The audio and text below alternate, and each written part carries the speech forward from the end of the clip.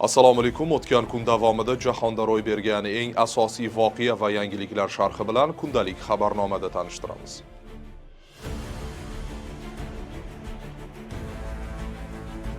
Isroil kuchlari G'azodagi Al-Tuffah mahallasida ko'chirilganlar yashayotgan maktabga zarba berdi. Oqibatda 5 nafar falastinlik halok bo'ldi. Bu haqida juma kuni Al-Shifa shifoxonasi rahbari Muhammad Abu Selmiya Reutersga ma'lum qilgan. Falastin favqulodda xizmatlariga ko'ra, halok bo'lganlarning aksariyati bolalar bo'lgan. Shuningdek, bir qancha jarohatlanganlar davolanish uchun shifoxonalarga yetkazilgan. Isroil mudofaa kuchlari sulh chizig'idan tashqarida joylashgan tuzilmalarda shubhali shaxslar aniqlangani va ularga qarata o'q uzilganini ma'lum qildi. Hamas esa hujumni vahshiy jinoyat deb atab, uni o't ochishni to'xtatish va kelishuvning navbatdagi buzilishi sifatida baholadi. G'azo sog'liqni saqlash idoralariga ko'ra, oktyabr oyida sulh boshlanganidan beri Isroil hujumlari oqibatida halok bo'lgan falastinliklar soni 400 nafarga yetgan.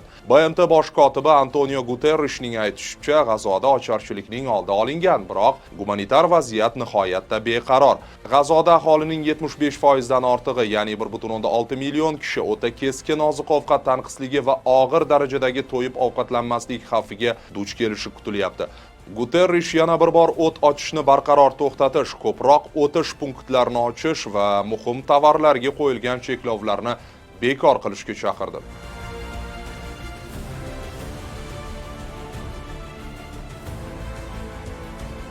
19-dekabr kuni AQSh harbiylari Suriyada joylashgan IShIDga aloqador o'nlab nishonlarga qarshi keng ko'lamli zarbalar berdi.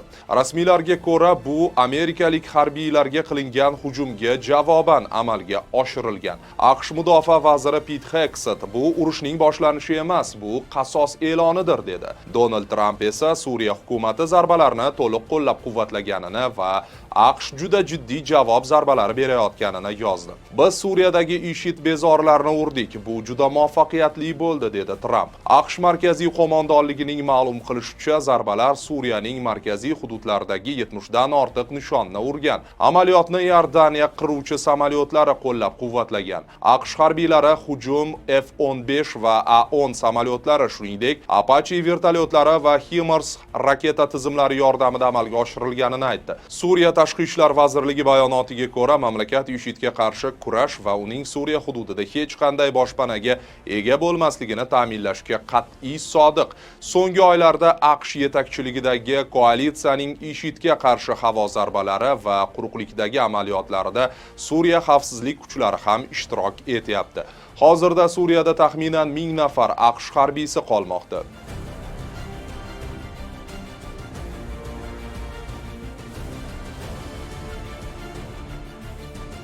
Juma kuni Ukraina ilk bor O'rta Yer dengizida Rossiyaning Soya flotiga mansub neft tankeriga havo dronlar yordamida zarba berdi. Kenzil nomli tanker Ukraina hududidan 2000 kilometrdan ortiq masofada betaraf suvlar hududida urilgan. Ukraina xavfsizlik xizmati zarba vaqtida kema bo'sh bo'lgani va jiddiy shikastlanganini bildirdi. Ma'lumotlarga ko'ra, tanker Liviya qirg'oqlari yaqinida joylashgan bo'lgan. Reutersga taqdim qilingan yuqoridan olingan video tasvirlarda tanker palubasida kichik portlash aks etgani ko'rinadi. Ukrainalik rasmiy dronlar kemaga qanday yetib borgan haqida tafsilot bermadi, biroq amaliyot ko'p bosqichli choralarni o'z ichiga olganini aytdi. Ukraina oxirgi 2 yil davomida Rossiya neftni qayta ishlash zavodlariga zarbalar berib kelyapti, biroq so'nggi haftalarda kompaniyasini sezilarli darajada kengaytirdi. Kaspiy dengizdagi neft platformalariga hujumlar uyushtirdi va Qora dengizda 3 ta tankerga dengiz dronlari bilan hujum qildi. Rasmiy Moskva so'nggi hujum yuzasidan hozircha izoh bermadi.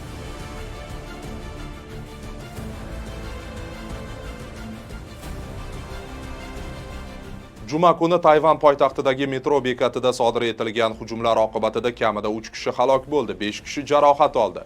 Hozircha ma'lum bo'lgan tafsilotlarga ko'ra, niqob taqqan shaxs Taipei markaziy metro bekatida tutunli granatalarni uloqtirgan. Shundan keyin gumonlanuvchi metroda bir bekatni bosib o'tgan. U yana bir bekatdan chiqib, bir nechta tutunli granatalar tashlagan. Shuningdek, u tashqarida pichoq bilan piyodalarga hujum qilgan va so'ngra bir do'konga yugurib kirgan. Hujumni sodir etgan shaxs taxminan 25 5 yoshlardagi erkak.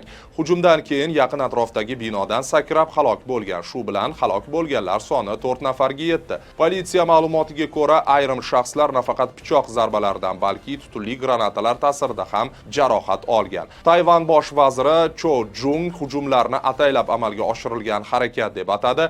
Uning motivi noma'lum. Politsiya mamlakat bo'ylab temir yo'l hamda metro bekatlarida xavfsizlik choralari kuchaytirilganini bildirdi.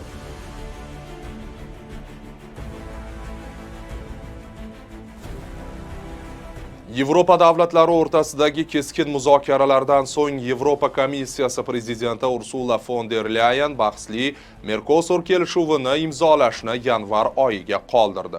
Agar Mercosur kelishuvi imzolansa, u Argentina, Braziliya, Paragvay va Urugvay bilan bojxona to'lovlarini qisqartirish hajmi bo'yicha Yevroittifoq tarixidagi eng yirik kelishuv bo'ladi.